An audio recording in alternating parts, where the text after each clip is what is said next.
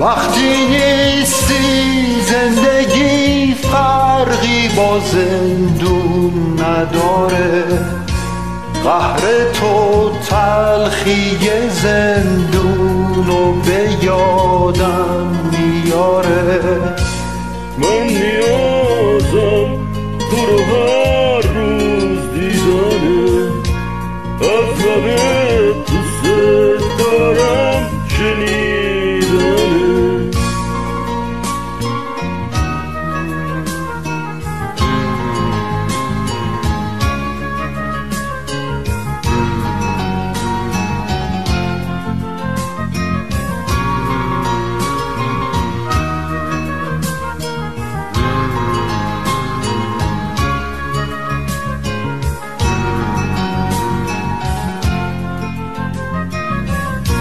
تو بزرگی مثل اون لحظه که بارون میزنه، تو همون خونی که هر لحظه تو رگهای منه.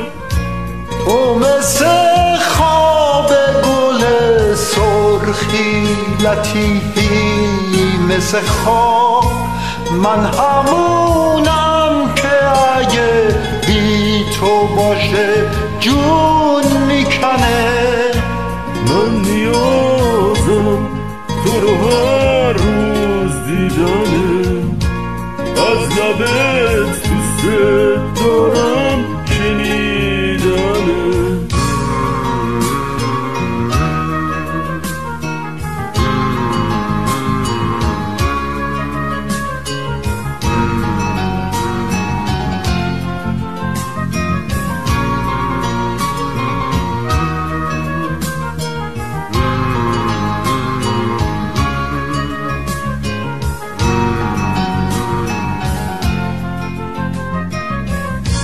تو مثل وسوسه شکار یک شاهرکی، تو مثل شوق رها کردن یک بادکی. تو همیشه مثل یه قصه پر از حادثه‌ای، تو مثل شادی خواب کردن یک عروسکی.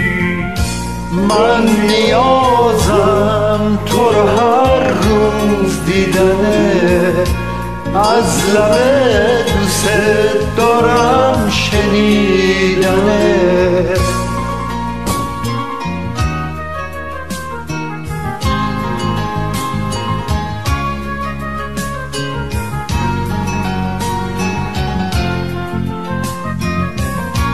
تو قشنگ